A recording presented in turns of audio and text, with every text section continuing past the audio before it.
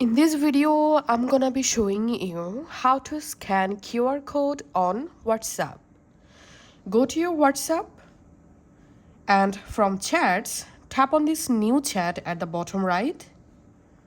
In here, you see this QR code next to new contact.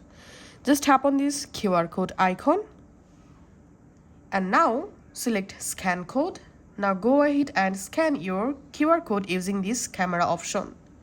Or if you have a QR code on your gallery, just tap on this gallery icon. And now from your gallery, select the QR code, which QR code you want to scan.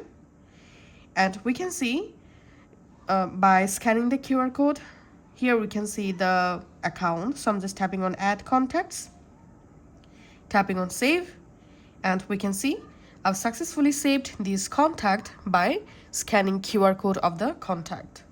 That's how you can actually do it.